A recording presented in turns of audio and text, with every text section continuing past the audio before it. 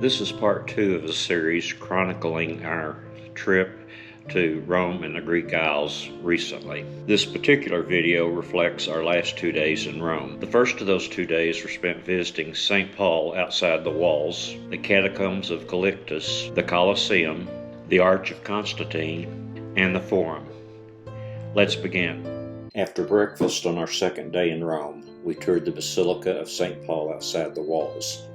According to tradition, St. Paul's body was buried 2 miles from the location of his martyrdom. He was beheaded. Constantine I erected a basilica on the site, and the basilica was significantly extended by Theodosius I from 386 into what is now known as St. Paul outside the walls. During the 4th century, Paul's remains, excluding the head, were moved into a sarcophagus. The present structure stands over the place where Constantine built the first church over St. Paul's grave. Paul's tomb is below a marble tombstone in the basilica's crypt.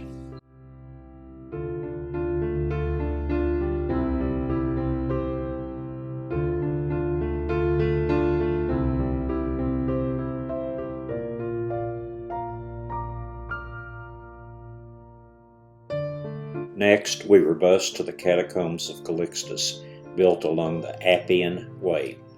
A catacomb is an underground cemetery consisting of a subterranean gallery with recesses for tombs. Actually, the recesses were cavities carved into the stone. Many were elaborately decorated. In the catacombs of Calixtus, 16 popes from the 2nd through 4th centuries were interred, though they have since been removed to various churches over the centuries. There are few photos, since photography was prohibited in the actual catacombs. The Colosseum is built of travertine limestone, tuff or volcanic rock, and brick-faced concrete.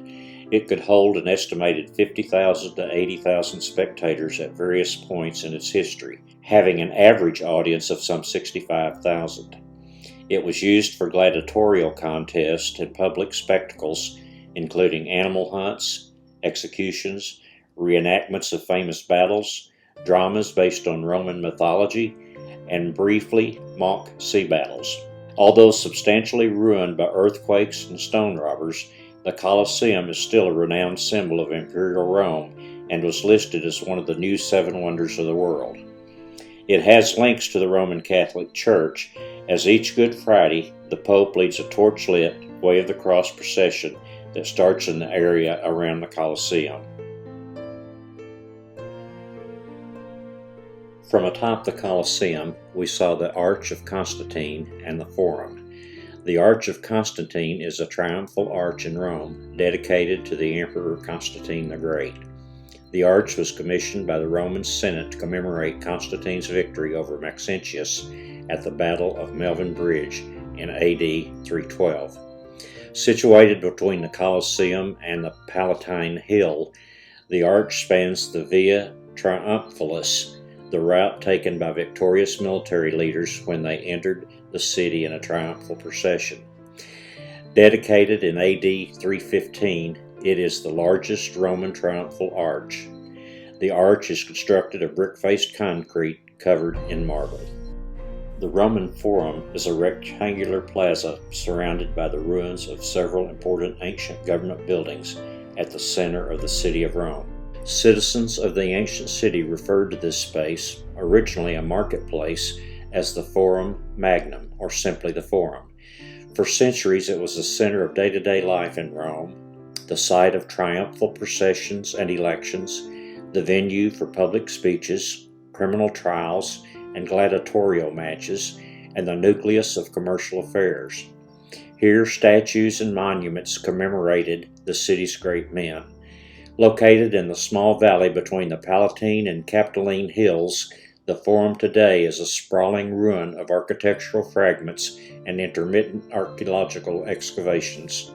The visit to the Colosseum was our last stop of the day before heading back to the hotel and packing for our departure from Rome. After breakfast, it was off to the Vatican. The Vatican, or Vatican City, is a landlocked entity lying entirely within Rome. It is an independent country, a city-state, and a microstate. A unique collection of arts and archaeological artifacts lie within its boundaries.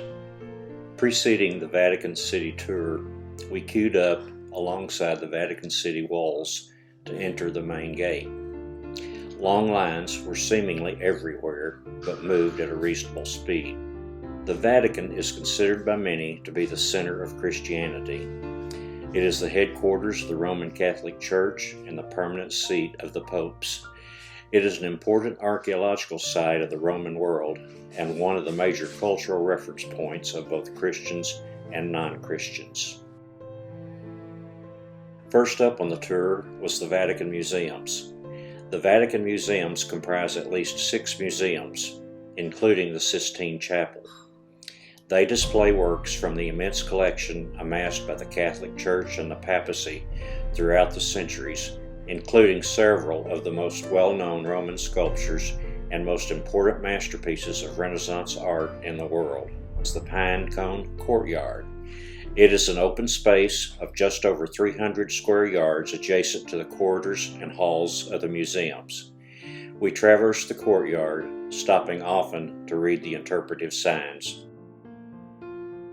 The pine cone was made in the 1st century BC and was a decorative fountain that very probably adorned the interiors of the baths of Agrippa. From the Pinecone Courtyard, we entered the new wing. Pope Pius VII, who served from 1800 to 1823, employed the Roman architect Raphael Stern to build the new wing of the Chiaramonte Museum. The Sistine Chapel, with its ceiling and altar wall decorated by Michelangelo, and the Stanza di Raffaella, decorated by Raphael, are on the visitor route through the Vatican Museums. We marveled at the beauty of St. Peter's Basilica and stood in awe of Michelangelo's frescoes in the Sistine Chapel. Trying to absorb all the artwork was like drinking from a fire hose. Too much to see and too little time to see it. Photos were prohibited in many areas of the museums, and photo ops were minimal.